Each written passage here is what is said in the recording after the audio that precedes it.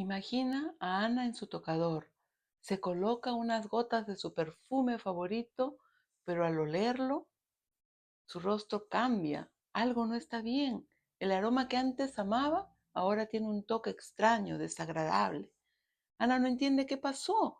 Es el mismo frasco, el mismo perfume, pero ya no huele igual. Algo lo contaminó.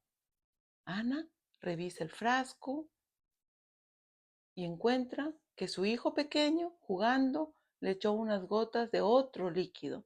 Aunque la esencia original sigue ahí, está mezclada con algo ajeno y ahora el perfume está arruinado.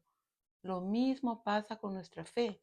Puede comenzar pura, basada solo en la verdad de Dios, pero si dejamos que se mezcle con ideas y prácticas ajenas a la Biblia, se contamina. Bienvenidos a Viviendo con Cristo diariamente. En esta serie No te dejes engañar, analizamos cómo el enemigo introduce sutilmente el engaño. Hoy veremos cómo identificar la contaminación espiritual, sus consecuencias y cómo volver a una fe pura. Quédate hasta el final, porque puede ser que sin darte cuenta algo haya contaminado tu relación con Dios. Presta atención a la historia. Ana intenta arreglar su perfume, busca filtrarlo, diluirlo, pero el olor sigue alterado. Finalmente se da cuenta que no hay forma de recuperarlo y lo deja a un costado. Así es la contaminación espiritual. Ocurre cuando la pureza de la fe cristiana se ve corrompida por ideas, prácticas o creencias ajenas a la verdad bíblica. Esta mezcla puede venir de filosofías humanas, tradiciones no bíblicas o influencias culturales que diluyen o distorsionan el Evangelio de Cristo. No siempre es obvia, pero cuando se infiltra en nuestra vida, afecta nuestra relación con Dios. Segunda de Corintios 11, versículo 3 y 4 dice, pero temo que así como la serpiente con su astucia engañó a Eva, vuestros sentidos sean de alguna manera extraviados de la sincera fidelidad a Cristo. Porque si alguno viene predicando a otro Jesús que el que os hemos predicado, o si recibís otro espíritu que el que habéis recibido, u otro evangelio que el que habéis aceptado, bien lo toleráis. John MacArthur enfatiza que Pablo advierte sobre la sutileza del engaño espiritual. No siempre es una herejía evidente. Muchas veces la contaminación espiritual ocurre cuando se introduce una versión diluida o distorsionada del Evangelio bajo la apariencia de verdad. Charles Spurgeon comparaba la contaminación espiritual con un veneno que se mezcla con el agua pura. Dijo, una pequeña cantidad de error, si se permite, puede corromper toda la doctrina, así como un poco de veneno puede arruinar un vaso con agua. Pregunta para reflexionar. ¿Estoy mezclando mi fe con prácticas que Dios condena? Ana va a una tienda de perfumes. Quiere comprar uno nuevo, pero el vendedor le ofrece imitaciones. Huele igual, es más barato, nadie notará la diferencia. Ana duda, pero algo dentro de ella le dice que no es lo mismo. Así es como la contaminación espiritual entra en la iglesia, sutil, atractiva, disfrazada de verdad. Se infiltra lentamente a, a través de enseñanzas populares, la influencia de la cultura y la falta de discernimiento bíblico. A lo largo de la historia de la iglesia ha enfrentado ataques no solo desde afuera, sino también desde dentro, cuando el error se disfraza de verdad. Veamos algunos ejemplos de contaminación espiritual en la actualidad. Número 1. Las prácticas esotéricas disfrazadas de cristianismo, declaraciones mágicas, amuletos cristianos, rituales de energía, entre otros. Número 2. La idolatría dentro de la fe, imágenes, objetos o personas que ocupan el lugar de Dios. Número 3. Las doctrinas de prosperidad y autoayuda, mensajes centrados en yo puedo en lugar de la cruz de Cristo. Número 4. El relativismo moral, que pretende adaptar la verdad de Dios a la cultura en lugar de obedecerla. En Hechos 17, 22, 23, Pablo ve cómo en Atenas adoraban a muchos dioses, incluyendo uno desconocido. El comentarista John MacArthur señala que el altar al Dios no conocido muestra el deseo del hombre de cubrir todas las bases espirituales, en lugar de buscar la verdad absoluta de Dios. Pregunta para reflexionar. ¿Estoy siguiendo enseñanzas modernas que no están en la Biblia? Ana finalmente compra un nuevo perfume, pero en casa extraña el aroma del anterior. Prueba mezclar unas gotas de su antiguo perfume con el nuevo. Se convence de que así será mejor, pero el resultado es peor. El ser humano tiene una inclinación natural a mezclar su fe con ideas ajenas a la verdad de Dios. Desde el principio vemos en la Biblia cómo el hombre ha intentado ajustar a Dios a sus propios deseos en lugar de someterse completamente a su voluntad. ¿Por qué insistimos en mezclar lo que Dios nos ha dado con cosas ajenas? Porque queremos, número uno, una fe cómoda y sin compromiso. Número dos, porque queremos respuestas rápidas. Número tres, porque queremos dejarnos atraer por lo místico y lo sobrenatural. En Éxodo 32, cuando Moisés subió al monte, el pueblo se impacientó y creó su propio Dios, el becerro de oro. Charles Spurgeon dijo, el corazón del hombre es una fábrica de ídolos. Cuando no esperamos en Dios, creamos nuestras propias soluciones. Pregunta para reflexionar. ¿Estoy moldeando mi fe según mis deseos o según la palabra de Dios? La contaminación espiritual no es un asunto menor, es una trampa mortal para la fe.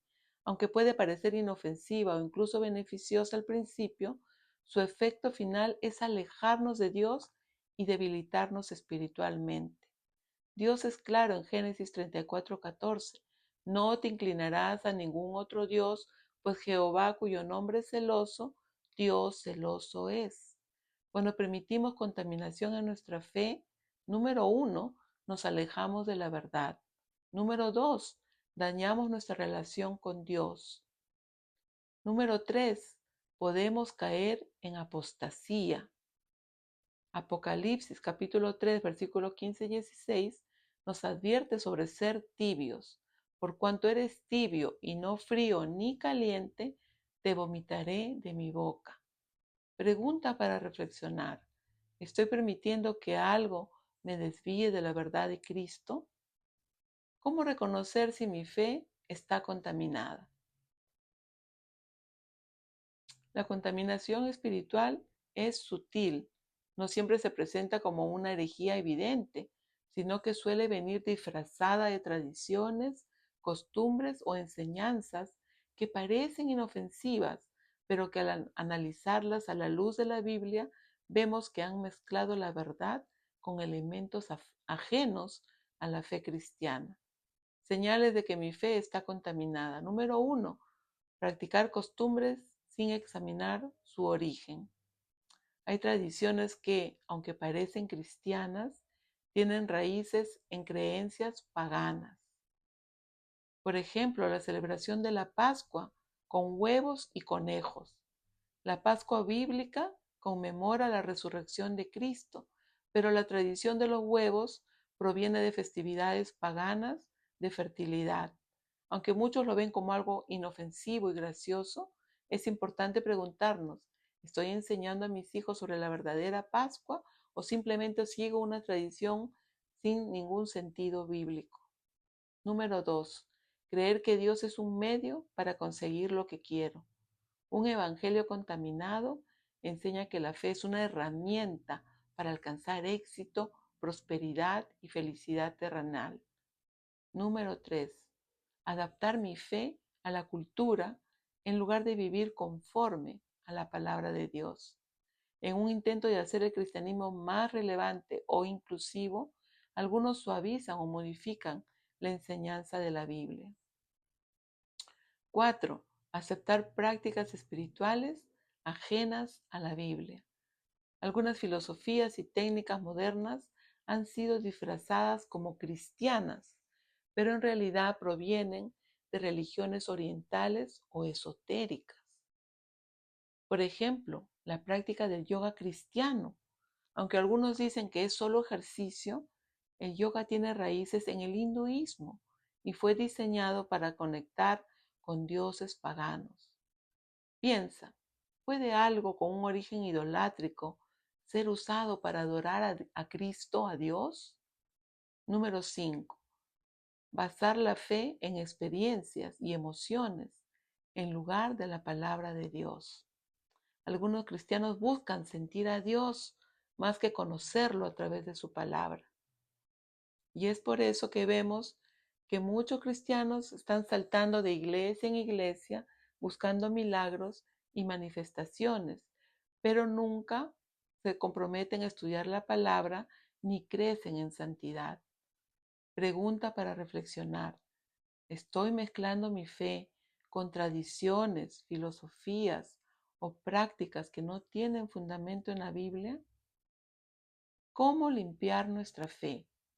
Si hemos permitido que la contaminación espiritual entre en nuestra vida, no todo está perdido.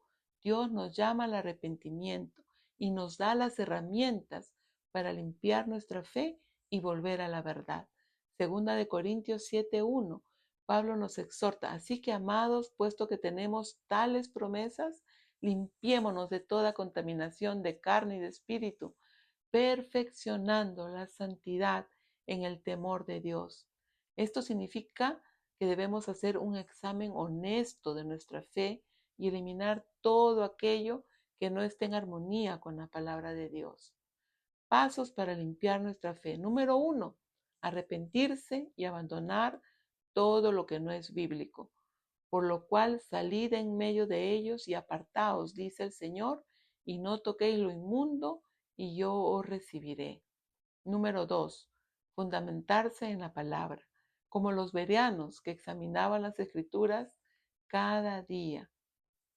Número 3, orar y pedir discernimiento. El Espíritu os guiará a toda verdad. Número 4, alejarse de enseñanzas falsas. Si alguien os predica otro evangelio que no sea el que ustedes han escuchado, sea anatema. Pregunta para reflexionar. ¿Estoy dispuesto a limpiar mi fe, aunque eso signifique abandonar ciertas costumbres, creencias o relaciones?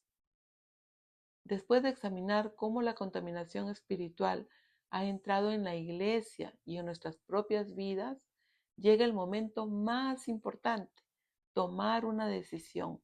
Dios no nos revela la verdad solo para que la sepamos, sino para que actuemos en obediencia.